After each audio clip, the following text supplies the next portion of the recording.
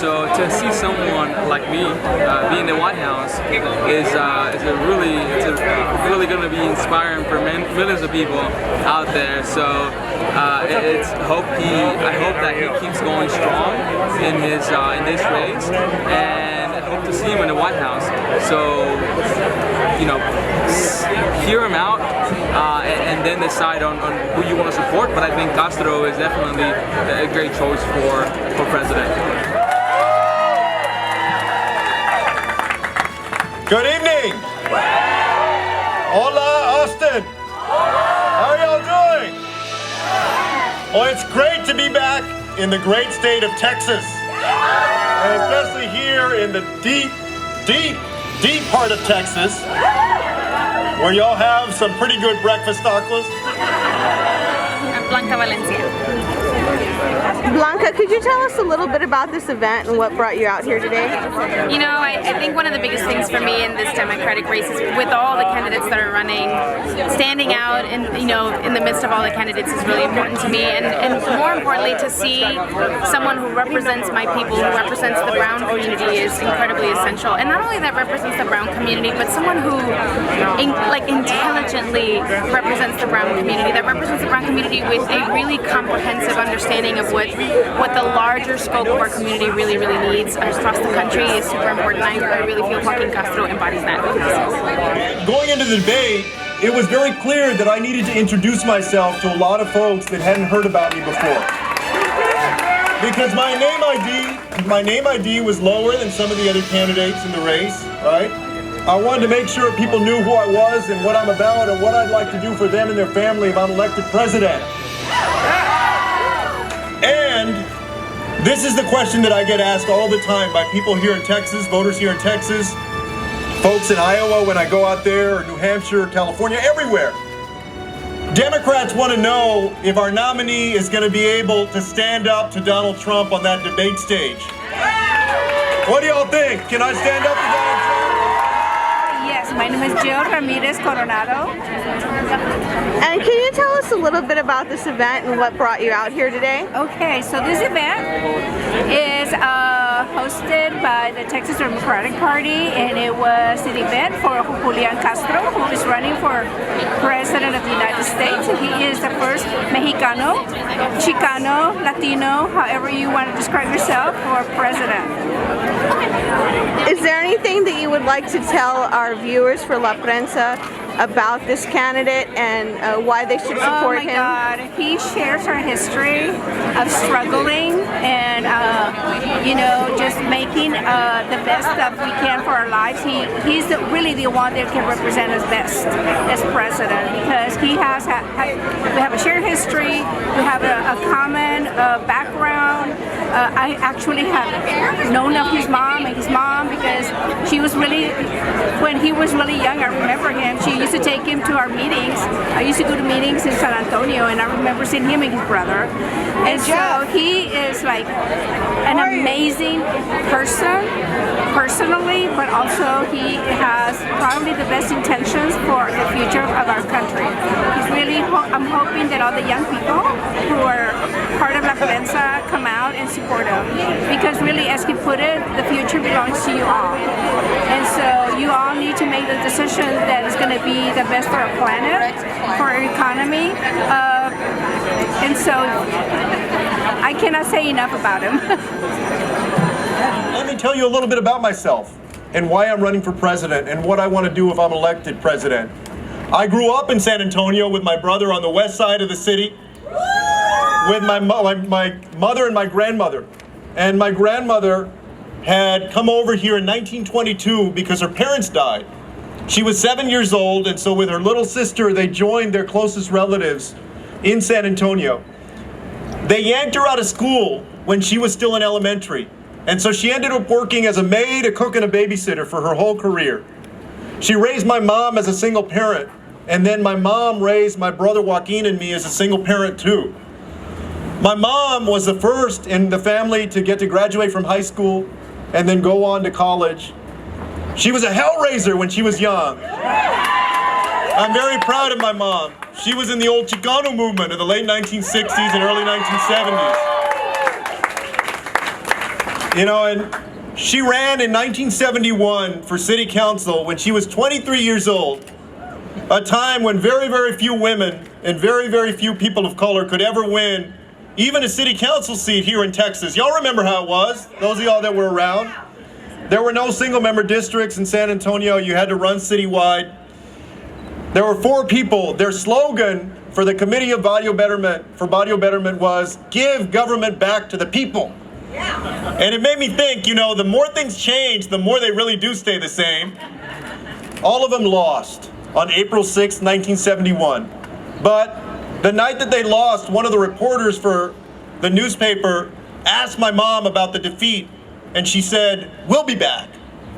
30 years later, I was elected as the youngest ever city councilman in San Antonio history at the time. And I know that that progress didn't happen overnight. That kind of progress in our country that I alluded to in my closing statement the other night happened because of people like y'all, people of different backgrounds, people who marched in the streets, but also people who served on school boards and at city halls, in state legislatures, in Congress, people who did work through their churches, through their community associations, through nonprofits, folks who did work in boardrooms to change policies in companies and make them more inclusive. That is the spirit of our country. That has always been the story of progress, and all of us have a role to play in the years to come. I was able to go to college and law school and then come back and get elected and serve for 4 years as a city councilman. I ran for mayor when I was 30 years old. I was trying to become the youngest elected mayor in the city's history, running against a gentleman that was 70 and trying to become the second oldest. And he won in a close runoff and turned out to be a great mayor. But we had very strict term limits. So 4 years later, I came back and I won.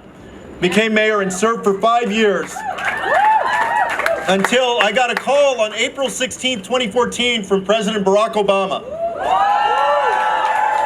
And I always tell people, I remember the date because it's not every day that you get a call from the President of the United States asking you if you want a job. Right? I had just driven through the drive-thru at Panda Express. And you know how on your phone it says like, unknown call or block call? It said private. I picked up the phone and it was the president. The lesson of that is, if anybody ever calls you and you see private, answer the phone. Hopefully it'll be me on the other end of the line calling you. I did answer the phone, and I served 2.5 years as Secretary of Housing and Urban Development, visited 100 different communities in 39 states, managed a department with a $48 billion budget and 8,000 employees, got to see how communities across this country, including Austin, are grappling not only with housing, but everything that is connected to that. The fact that where you live oftentimes determines the quality of your kids' education. It determines job opportunities. It determines transit options. Oftentimes, in low-income communities, it means whether you drink clean water. I was in Flint recently. We know what happened in that community. Or whether you're able to breathe clean air. Whether you're able to get fresh food. And I'm running for president because it's time for a new vision with new leadership in this country that understands that we are one nation and we have to move forward with one destiny. And I am convinced that the destiny of our nation in the 21st century is to be the smartest, the healthiest, the fairest, and the most prosperous nation in the world. And that if we're going to be the smartest nation on earth, we have to start early with universal pre-K for 3- and 4-year-olds. We ran a ballot initiative when I was mayor of San Antonio to increase the sales tax by 1/8 of a cent to expand high-quality full-day pre-K.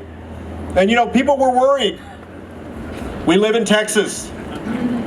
You say tax, and everybody starts getting a little bit nervous. But I knew that the number one thing we needed to do in that community was to invest in improving educational achievement. We know that jobs require more knowledge and more skill than ever before. and that we're competing with countries around the world and collaborating with them too, that are producing tons and tons of young people that are well-educated and smart and hungry, ambitious, innovative, ready to create the ideas and the movements and the companies that are going to drive progress in the years to come. So that means on our side, we don't have a single person to waste. That's why we also have to improve K through 12 education and pay teachers what they deserve. My father was a public school teacher for 31 years, and my wife works in the public schools now. I believe that if we want to improve education in America, we need to start with our public schools. I'm a proud product of our public schools. I also know that we need to make higher education universal in the United States. I put out a plan called People First Education that calls for making public state universities tuition-free, community colleges tuition-free, and job training and certification programs tuition-free as well. And providing student loan debt relief to people who've been saddled with way too much debt in our country. If we want to be the healthiest nation on earth, we need a different healthcare system. The grandmother that I grew up with, and I bet y'all can relate to this, a lot of folks in this audience, she had type 2 diabetes. And as I grew up, Joaquin and I, we watched her condition get worse and worse. Until right before she died in early 1996, she had to have one of her feet amputated, which, as you all know, is very common. But that whole time she had Medicare. I want to make sure that Medicare is available to everyone who wants it, that we strengthen it for the people that are on it, and that if you want it, you can get it in this country. Yes. I also know that if we're going to be the fairest nation on earth, that we need to reimagine our justice system. I've said a lot on this campaign trail that justice begins on the streets out there and how you're treated. And I was in Charleston a couple of months back, 2 blocks away from the Mother Emanuel AME Church. It reminded me that Dylan Roof went into that church 4 years ago and he murdered 9 people while they were worshiping. And then a few hours later, he was apprehended by police without incident, as he should be, and then taken to trial and punished. But it made me think then, what about Eric Garner? What about Tamir Rice? What about Laquan McDonald? What about Michael Brown? What about Sandra Bland here in Texas and Pamela Turner? And what about Stephon Clark and Jason Perro? And what about Antonio Arce? And what about Walter Scott? No matter what the color of your skin is or what neighborhood you live in or how much money your folks have or don't have, you should be treated the same in this country by law enforcement. I'm the only candidate that has put forward a plan to reform policing. Look, I know that we have a lot of great police officers. I worked with many of them when I was mayor.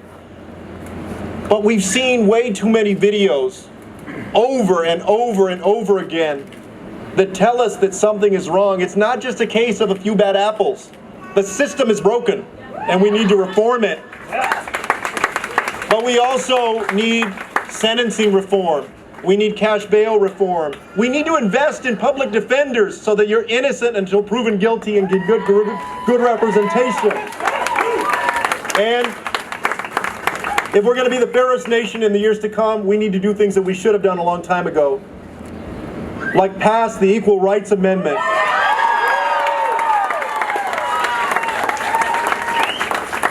I grew up with a mom who always carried a red purse. She would only carry a red purse to symbolize women's pay equality. And on her wall in her office when I was growing up, she had this little cartoon that said, "God is coming back." And boy, is she pissed. That was my mom. That is my mom. But I also know, as the son of a mom who was raising my brother and me as a single parent, how many women in this country struggle to put food on the table. And to think that on average, women make about 80 cents on the dollar of what a guy makes. It's time to get equal pay for equal work in this country. And also, to ensure that we protect a woman's right to choose to get an abortion in the United States. Because you know that there's an all-out assault on that right. Judges have been appointed at the district, the appellate, and the Supreme Court level that are set on overturning Roe v. Wade. In Alabama, in Georgia, in Missouri, these different states, they're trying to limit abortion or do away with it altogether. We need to push back. I will support only judges to the federal bench that understand the importance of preserving the right to choose, the right to get an abortion. I also, I noticed that on right-wing blogs, they're making a big deal that the other day in the debate, I became the first ever presidential candidate in a presidential debate to say that transgender Americans also deserve reproductive rights. And that's true, they do. But let me tell you what, we're going to be fearless in this campaign.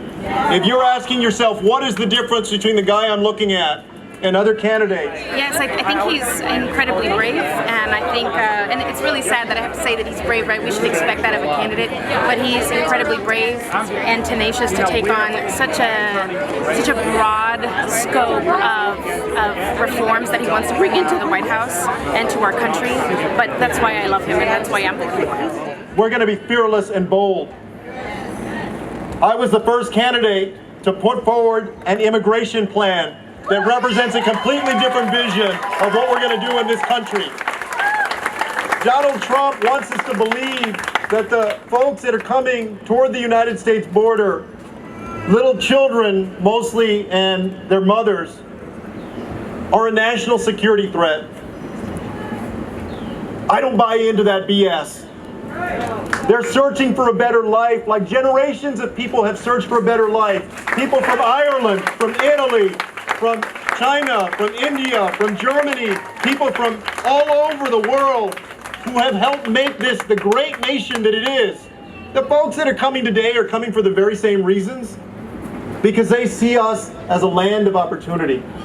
So my plan on immigration would make sure that we treat people with basic respect and compassion and common sense instead of cruelty.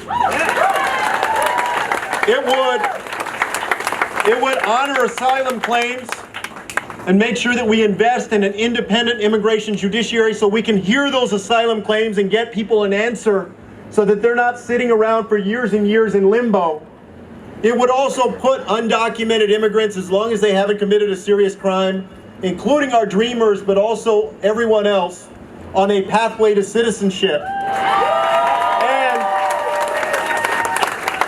And it would also fix our legal immigration system. Because I always hear people say, and I understand why they say it, they say, hey, look, I hear what you're saying on undocumented immigration and people seeking asylum, but what about our legal immigration system?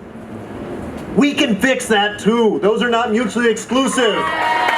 We can offer more visas and make sure that we keep families together, that we don't end reunification in the United States the way this president wants to.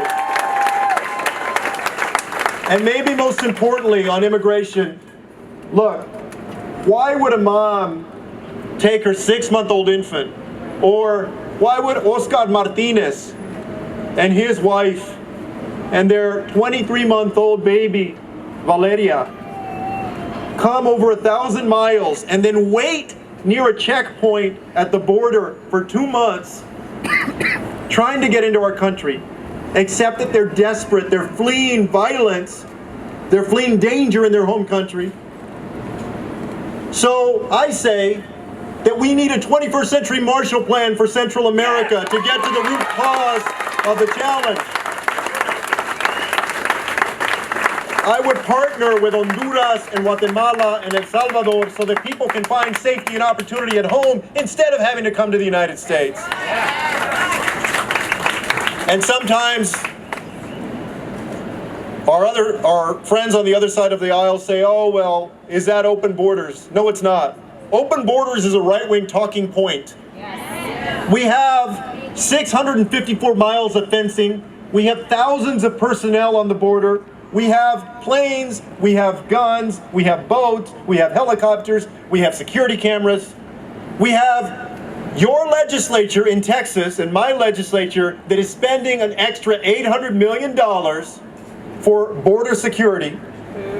Nobody in the world is talking about open borders. What we're talking about is treating people with compassion and common sense instead of cruelty.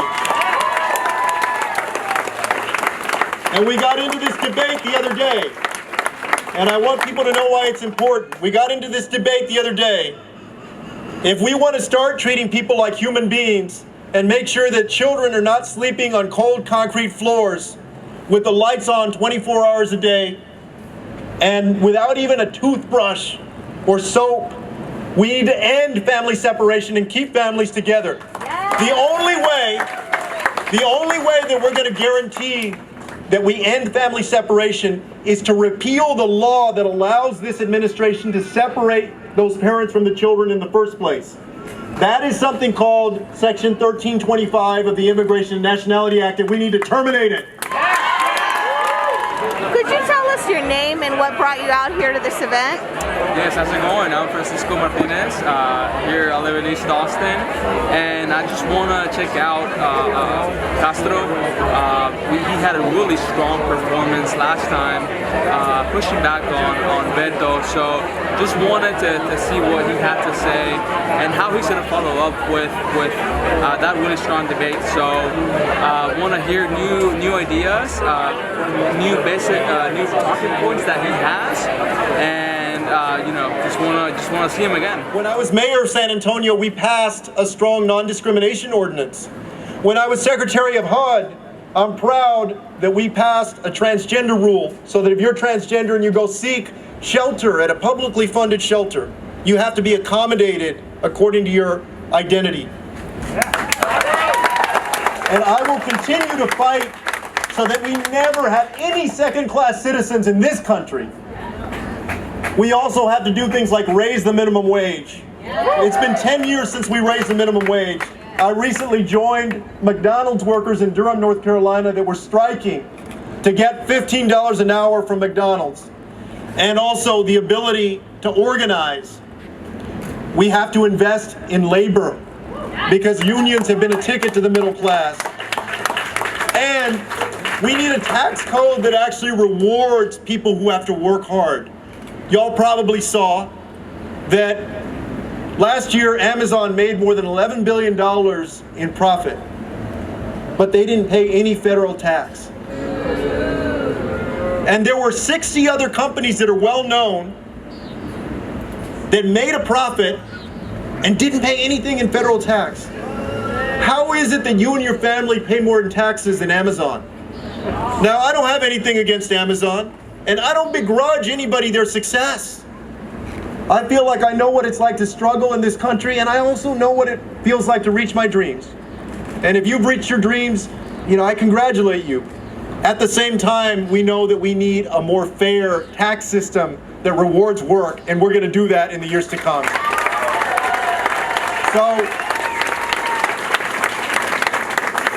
And to be more prosperous, we need to address the most existential threat to this country and the world. The first thing I would do if I'm elected president on the afternoon of January 20th, 2021, is to sign an executive order recommitting ourselves to the Paris Climate Accord so we lead again on sustainability. And then follow that up with an investment. I like the Green New Deal because we don't have to choose between protecting our planet and creating new jobs. Y'all understand that here in Austin. We can do both of those things. So I wanted to come here tonight and to thank you for supporting our Texas Democrats. I wanted to come here tonight and to ask you to do everything that you can to support the party and the candidates that are running. My brother Joaquin and I have spent the last several years supporting candidates around this state and around this country. I supported John and James Talrico and others in 2018, helped raise money for them and for Williamson County. Democrats and other Democrats, we all need to do our part. I believe that we can win Texas, we can flip the legislature, we can get a new lieutenant governor and a new governor.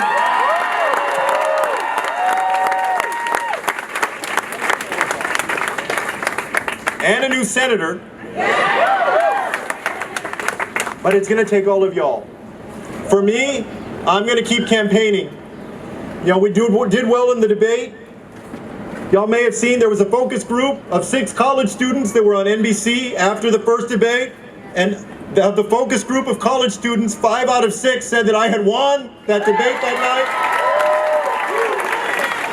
Wait, but here's the better part. The better part is that after the second night, they went back to the same group that had watched the second debate, and they asked them again, okay, well, who won out of everybody, both nights? And 5 out of 6 said that I had won both nights. So I'm going to keep campaigning, and I especially want to get out there to the young people of this country and to say that you have the biggest stakes in this election. You're going to have to live with the consequences of whether we get this right or wrong. You're the ones who are going to live on this planet the longest, God willing. You're the ones that are going to have to be our conscience to make sure that we do right by our planet, and we do right to make sure everybody is treated fairly and that all of us can prosper. And you know, like you, I don't want to make this country anything again. I don't want to go backward. I want to go forward and make us better than ever before. I'm looking to the future. I'm looking to the future. With one exception. One exception. I want to restore integrity and decency to the Oval Office. Because it's been missing these last couple of years. And very quick story before I end. When I was a young lawyer, I got tested. A young public servant, I got tested. I came back to San Antonio. I got a job at the biggest law firm. I was making $100,000 a year with my law degree, right out of law school at the biggest law firm in the city at that time. And then I got elected to the city council. And the city council at that time only paid $1,040 a year. They had a charter from 1951 that set it that low. Really, because it used to be a good old boys club, right? And if they didn't pay anything, hardly anybody could serve, except, you know, well-to-do folks. So a few months after I got elected, I was still at the law firm. The law firm got this client. And the client wanted us on the council to approve a land deal with incentives to build a golf course over the Edwards Aquifer Recharge Zone. And I had concerns, you know, there were a couple of other golf courses around there. I think y'all know something about this in Austin. There were a couple of other ones there, but I had concerns that their environmental plan was not strong enough so that the chemicals they would use on the golf course might compromise the integrity of the drinking water. I wanted to vote against that deal, and my constituents wanted me to vote against it too. But under the professional rules of conduct for lawyers in Texas, you can't just go against the interests of a client. So I was stuck. On the one hand, my constituents wanted me to vote against it, and they were like, hey man, this is an important issue. Are you going to represent us? On the other hand, my livelihood depended on me basically shutting up and being conflicted out. I bought a new house. I bought a new car. I had like $950 worth of student loan payments due every month. Y'all know something about that. So one day in January of 2002, I walked into the law firm and I quit my job. And then I went and I voted against that deal on the city council. And I tell you that because before I ever went into politics, I worried that I would have to change who I was to succeed. You hear that politics can be dirty or corrupting, that you have to play this game with people who usually get their way and special interests that donate a lot. I was proud that when that first test came, when I was 27 years old, that I stood up and did the right thing for the people that I represented. And my home went into the foreclosure process. My car, you know, I got behind on my payments. I had bill collectors calling me all the time. Thank God for caller ID. I hope none of y'all have had that issue, but I have a feeling some people have, probably. But I had my law degree, and little by little, I was able to get back up on track. You know, my brother and I had our own little law firm. I worked for another firm that didn't have that kind of conflict of interest with the city. But I want you to know that if you elect me president, that I will work hard every single day for you and your family to make sure that your child can get a good education in this country to reach their own dreams, that you and your family can have good health care in America, that you can have good job opportunities, whether you live here in the big city or in a smaller community in this state or anywhere else. I'm not taking any PAC money. I'm not taking any federal lobbyist money, so that you can know I'm going to make decisions for you, not for anybody else. And we're going to keep on working like our families do, working hard, traveling to these early states, getting out here in Texas, coming to events like this, supporting our party efforts, connecting with voters, capitalizing on the momentum of the debate. And I believe that by the time we get to February 3rd, 2020 and Iowa caucuses, that I can win the Iowa caucus with support from people across the country. But I need your help. I need your help. I want to come and ask if you're able to make a contribution to the campaign. Go to my website, check out our issues page and everything else that I'm about. We need 130,000 unique donors by August 28th to get onto the September debate stage. I hope that if you're able to make a $5 contribution, $10 contributions, anything else too, more, I'd really appreciate that. I hope that you'll be ambassadors for this campaign to spread the word to other people here in Texas and other people across the country.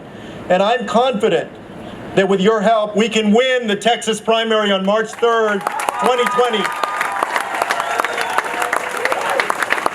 A few months ago, they were writing me up as the other Texan, but that is no more. I am the Texan in this race.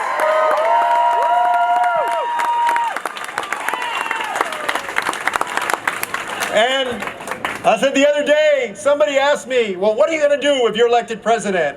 And I told him, well, you know, the first thing that I would do on that afternoon is that I would sign the executive order to re-enter the Paris Climate Accord. But that my favorite moment would come a little bit earlier in that day, when it's traditional for the incoming president to usher out the outgoing president.